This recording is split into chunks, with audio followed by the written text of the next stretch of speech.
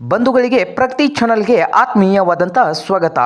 ಇವತ್ತಿನ ಇದೊಂದು ವಿಡಿಯೋದಲ್ಲಿ ರೈತರಿಗೆ PM ಕಿಸಾನ್ ಯೋಜನೆಯ ಹಣ ಹೆಚ್ಚಳ ಕೇಂದ್ರ ಸರ್ಕಾರ ಸ್ಪಷ್ಟನೆಯನ್ನು ನೀಡಿದೆ. ಇದೊಂದು ಮಾಹಿತಿ ನೋಡೋಕ್ಕಿಂತ ಮುಂಚೆ ಇನ್ನೂ ಯಾರು ಹೊಸದಾಗಿ ಚಾನಲ್ ನೋಡ್ತಾ ಇದ್ದರೆ ಸಬ್ಸ್ಕ್ರೈಬ್ ಆಗಿ. ಪ್ರಧಾನಮಂತ್ರಿ ಕಿಸಾನ್ ಸನ್ಮಾನ್ ನಿಧಿ ದೇಶದ ಕೋಟ್ಯಾಂತರ ರೈತರಿಗೆ ಆರ್ಥಿಕ ಬಲ ನೀಡುತ್ತಿರುವ ಪ್ರಮುಖ ಕೇಂದ್ರ ಯೋಜನೆ ಆಗಿದೆ.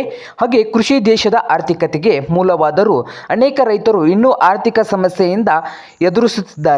2019ರ ಫೆಬ್ರವರಿಯಲ್ಲಿ ಆರಂಭವಾದ ಈ ಯೋಜನೆಯು ಪ್ರತಿ ಅರ್ಹ ರೈತ ಕುಟುಂಬಕ್ಕೆ ವರ್ಷಕ್ಕೆ 6,000 ನೇರವಾಗಿ ಬ್ಯಾಂಕ್ ಖಾತೆಗೆ ಜಮಾ ಮಾಡುತ್ತಿದ್ದಾರೆ.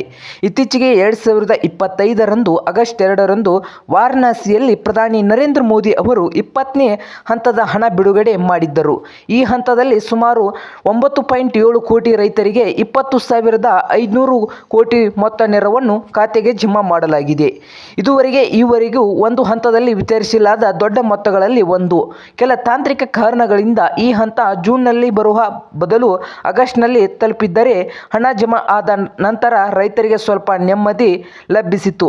ಯೋಜನೆ ಆರಂಭದಿಂದ ಇಂದಿವರೆಗೂ ಒಟ್ಟು 20 ಹಂತಗಳಲ್ಲಿ ರೈತರಿಗೆ 3.9 ಲಕ್ಷ ಕೋಟಿ ರೂಪಾಯಿ ಸಹಾಯವನ್ನು ವಿತರಿಸಲಾಗಿದೆ. ಇದರಿಂದ ಬೀಜ, ರಸಗೊಬ್ಬರ, ನೀರಾವರಿ ಸೌಲಭ್ಯ ಹಾಗೂ ಕೃಷಿ ಸಾಧನಗಳ ಖರೀದಿಗೆ ರೈತರಿಗೆ ದೊಡ್ಡ ನೆರವೊಂದು ದೊರಕಿದೆ. ಬ್ಯಾಂಕ್ ಸಾಲ ತೀರಿಸಲು ಸಹ ಈ ಹಣವು ಸಹಾಯಕವಾಗಿದೆ. ಈಗ ರೈತರಿಗೆ ಕಣ್ಣು 21ನೇ ಹಂತದ ಮೇಲೆ ನೆಟ್ಟಿದೆ. ಸರ್ಕಾರ ಪ್ರತಿ 4 ತಿಂಗಳಿಗೆ ಒಂದು ಕಂತಂತೆ ಹಣ ಬಿಡುಗಡೆ ಮಾಡಿದ್ದರಿಂದ ಈ ಹಂತವು ಅಕ್ಟೋಬರ್-ನವೆಂಬರ್ನಲ್ಲಿ 2025ರಲ್ಲಿ ಬರುವ ಸಾಧ್ಯತೆ ಇದೆ. ರೈತರು ಈ ಬಾರಿ ಯಾವುದೇ ವಿಳಂಬವಿಲ್ಲದೆ ಹಣ ಸಿಗುವ ನಿರೀಕ್ಷೆಯಲ್ಲಿ ಇದ್ದಾರೆ.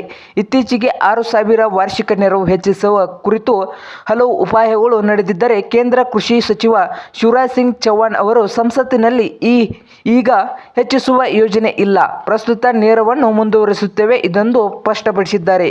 ಹಾಗೆ 21ನೇ ಹಂತದಲ್ಲಿ 2,000 ರೂಪಾಯಿ ಕಂತುಗಳಾಗಿ ನೀಡಲಾಗುತ್ತಿದ್ದು, ಮೊತ್ತದ ಬದಲಾವಣೆ ಆಗದಿದ್ದರೆ PM ಕಿಸಾನ್ ರೈತರಿಗೆ ವಿಶ್ವಾಸ ಆರ್ಥಿಕ ನೆರವು ಉಳಿದಿದೆ.